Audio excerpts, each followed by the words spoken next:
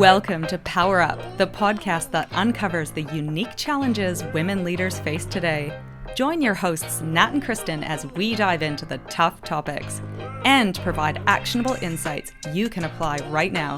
Don't forget to hit subscribe so you don't miss any episodes. Hello, welcome. I'm going to kick off this one with an example of the topic, how do I get the role if I don't have the exact skills? Because Kristen and I and a Powrsuiter went to a golf tournament on Friday. It was an incredible day, full of men and us. And I hit a golf ball for like the fourth time in my life and was like, oh, this is hard. And saw all these men who were incredibly good at golfing and was just flummoxed. Like, how are they all so good at golfing? I then rang Mum afterwards being like, how men, I just refuse to believe they're naturally better than us at golf. And Mum's like, do not underestimate the amount of time they have practiced golf. And I feel like that was just a nice example of how we sometimes feel when you go into situations and you're like, everyone has these skills, or the other people applying have these skills, or men convey themselves as having skills, and you kind of feel like, I don't, and I missed out. I also found it incredibly bizarre walking into 100 men. And not only did we walk into 100 men as the only women's team, but we were also dressed to the nines in sparkly hats and power suits, and we did win best dress. So there was a bit of a win out there, but it was a very strange... I mean, classic, winning best dressed as the women's team. No, the whole thing was a paradox for me. I felt so strange, but then after chatting with Kyle about it afterwards, I was like, I said, what did Nat describe it as? An anthropological experiment. Yeah, like, we it was saw so men interesting. in their natural environment, but we also saw people who had spent the time developing the skill that I just was oblivious to. Even at the very end of the golf tournament, we could see there was the... what's the driving range? A driving range. And there was a girl there, but there were a lot of boys on the putting green. So I think there's still that socialization of girl sports, boy sports. We do have a fabulous golfer in Lydia Ko that is a woman, and no doubt there are fantastic in America. I know that women golfers and golf pros are a thing, but it's probably just really nascent here in New Zealand. We haven't had a lot of representation. No, and can I say, all the men who passed us while we gave up on hole 5 and were having some drinks on beanbags were very supportive and really chatty and made us feel very welcome. But they were good. There was no alienation there. It was just a really funny anomaly to be in a situation where you're like, I don't have the skill. I know. It's so weird. But this is a mini episode. And so in the next 12 minutes, we are going to try and help this Powrsuiter with how do I get the role if I don't have the exact skills. And this has come up for us a number of times in the last month. Now we have a few Powrsuiters that are on the job market currently and going to interview for roles. And there's a few things that have happened. One, someone with 20 years of communication experience didn't get the role because she didn't have the comms experience with a specific organization type, as opposed to a corporate and agency, which is her background. It was a membership organization, and she got a no as a result, even though transferable, blah, blah, blah. Someone with 15 years people experience didn't get the role because they didn't have experience with a larger team. So that felt like a strange disconnect. And chatting with this Powrsuiter, it was like, what can I do? That's a really tough one. And then finally, someone who didn't get the role as an operations executive because she wasn't technical enough. But we just thought we would tackle head on 3 key points. Yeah. Great. Do you want to kick off with the first one? Yeah, the first one is it's an employer's market. And I think all of those examples, and we have a bunch more, the first thing I say to them is, this is not you. This is the market. And you can look globally. I know someone in Europe who said the average time to find a job now is 6 to 8 months or something. So this is a totally different environment than we've been in for the last decade or so. And it's so easy, especially when you've gone from the top of your game, you've had an incredible job, and even more especially if you've been through a redundancy, which is already a real knock, even though it shouldn't be, because redundancies are nothing personal, that you go, what happened? I was flying and now no one wants to hire me and I can't get a call back for an interview, or once I do the interview, I don't have enough experience. So top point here, please, please, please take this personally. There is nothing... Don't take it personally. Take this, what I'm saying personally. Okay, ready, go.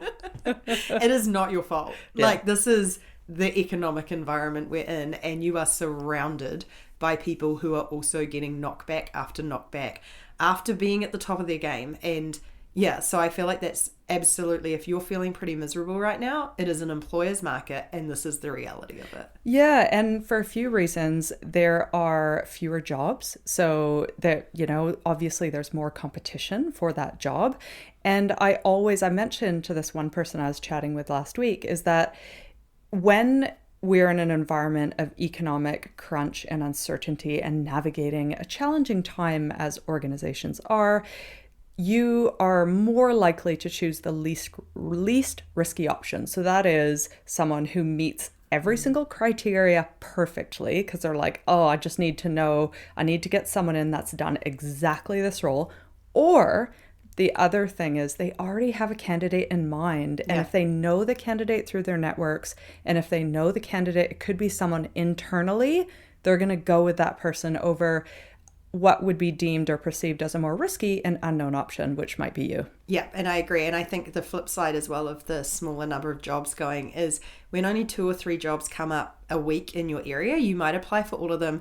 And so you might be applying for some that have less skills matched to what you might otherwise do, or may not be your dream job as well. So you're running a higher risk of not necessarily having all the skills. But I was just saying this to someone, that idea of already having a person in mind, this was an initiative put in place largely to help with diversity, is that you always have a couple of people interviewed for the roles. And it actually blows my mind that it's gone to backfire, and that underrepresented groups are now expected to do the free labor of turning up at interviews to make employers look good for hiring a diverse, entertaining a diverse group of people with no intention of ever actually hiring you. Fair. I think that's appalling. Yeah, fair challenge. So if you're an employer out there doing that, please make sure you are not wasting underrepresented groups' time by pulling them into an interview only to tell them later some lame excuse for not hiring them.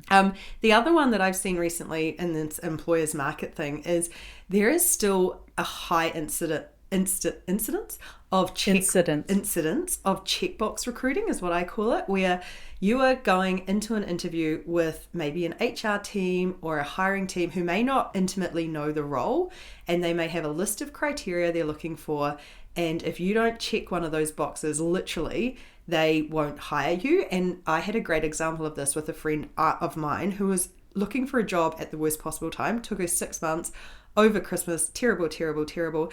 And the feedback she got is she didn't have enough experience in a certain area.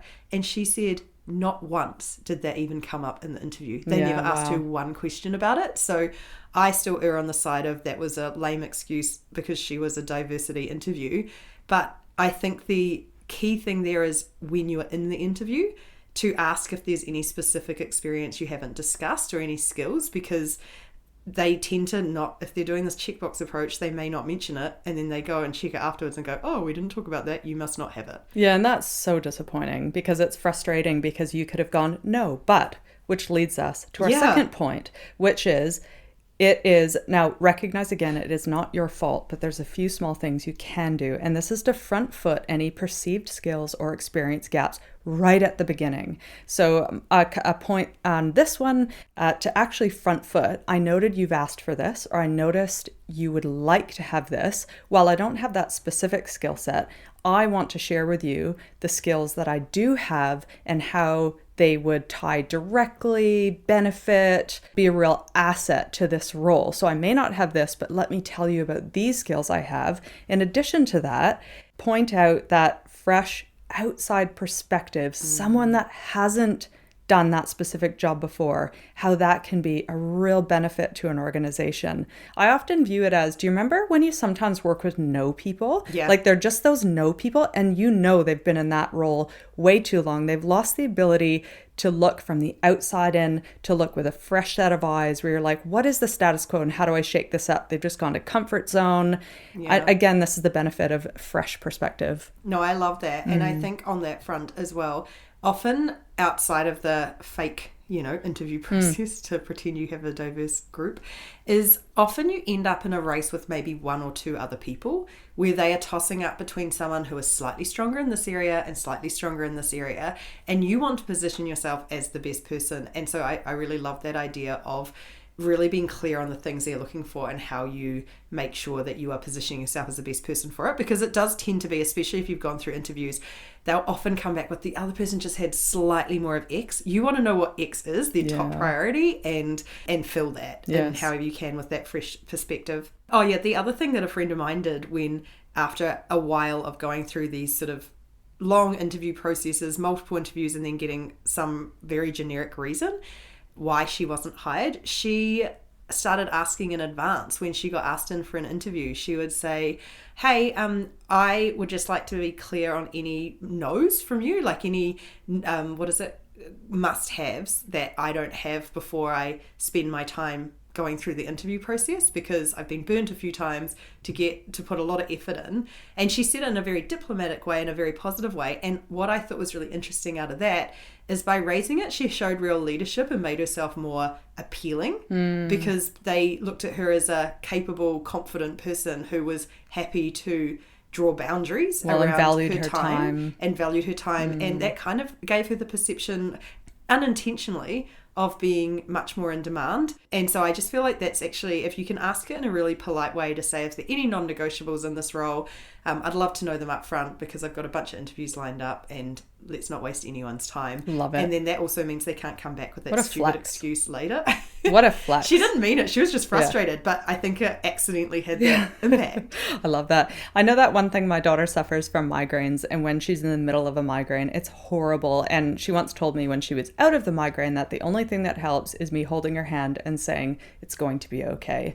And this is the same. I spoke with someone this morning who yet again has been fallen out of favor in an interview process. And she just said, I just need to hear that it's going to be okay. Keep my chin up. And I just think sometimes that's all we need to hear, is we need to come alongside, hold their hand and go, it's going to be okay. And Absolutely. Quite often these closed doors and these tough times, we look back and we go, I got through it. I built resilience. I learned a lot about myself, about the process. Sometimes that, yes, the world is unfair, but it's going to be okay. Well, and I think especially on that front, and someone said this to me recently too, it's not a matter of if, it's a matter of when, and it might take a little bit longer, but you are not going to be looking for a job forever. That's just actually almost impossible. Yeah. That you would be looking and you'd never get a job. So It is just a matter of how long it's going to take, and one foot in front of the other. And the other piece of advice I often give out, especially when you've had a really great role before, and you will get one next, is the only difference between those two people and how they're perceived internally and externally is the job. You're the same person, you're the same capability, you're the same experience, and sometimes it's just that job title that makes you feel like you are more or less of those things. So that gap between, you can really doubt yourself, and then you get your next exceptional job and you're like, oh, that's right. So just remember, there's no difference. You're still the same person. It's just a job title. That's so good. You will get sooner or later, and it may take a little bit longer than it did a couple of years ago, but that's the same for everyone. Yes, so good. My last point, which is slightly unrelated to front foot any perceived skills or experience gaps, because I do recall a piece of advice that I gave last week before we move on to our final point, is that whole concept of like, I'm going to choose someone that I already know, and that whole risk equation. I just said, go and do your networking, get known, because I've spent 2 hours with you and I'd hire you in a minute if I needed to fill that role. And that is contagious, your energy, your experience, and people just overcome those barriers in their mind when they get to know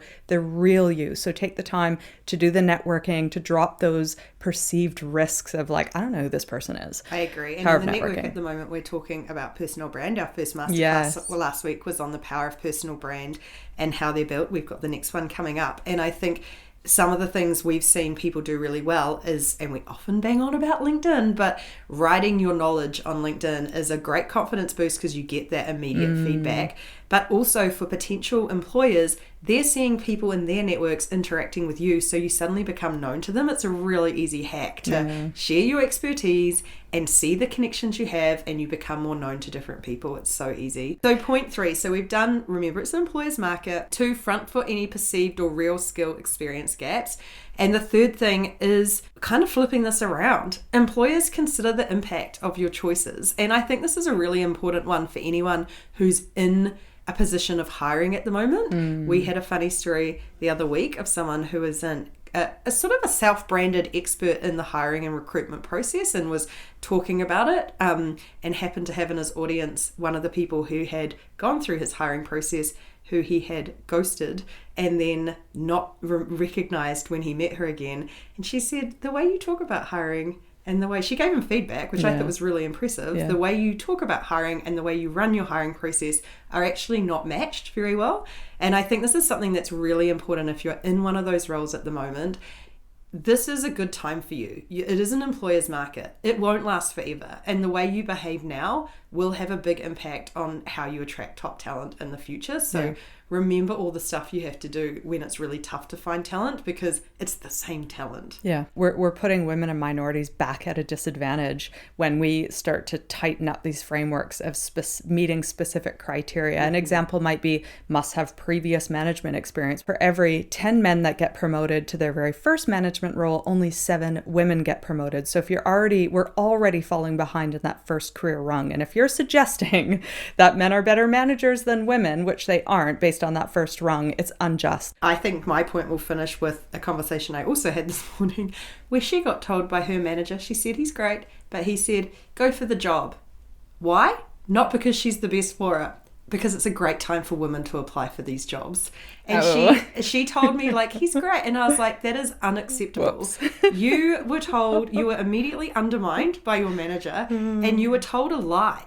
If that job is not filled by over 50% women usually, it is not easier for a woman to get that job than it is for a man to get that job. Like, none of the stats support that, but I feel like there are a lot of women out there at the moment being told they somehow have an unfair advantage in going for jobs. Take a look at the stats before you internalize that shame and feel like somehow you've been given this advantage that you haven't taken advantage of. I agree. So keep your head up, front foot those skills that you have. The world really does need your fresh and unique perspective. You just have to share it. If you want to know how to do that, join our membership network at Powrsuit.com. Our next mini masterclass is on exactly how to identify your unique value and strengths and then how to share that. We'd love to meet you, and we'll catch you next time. Bye.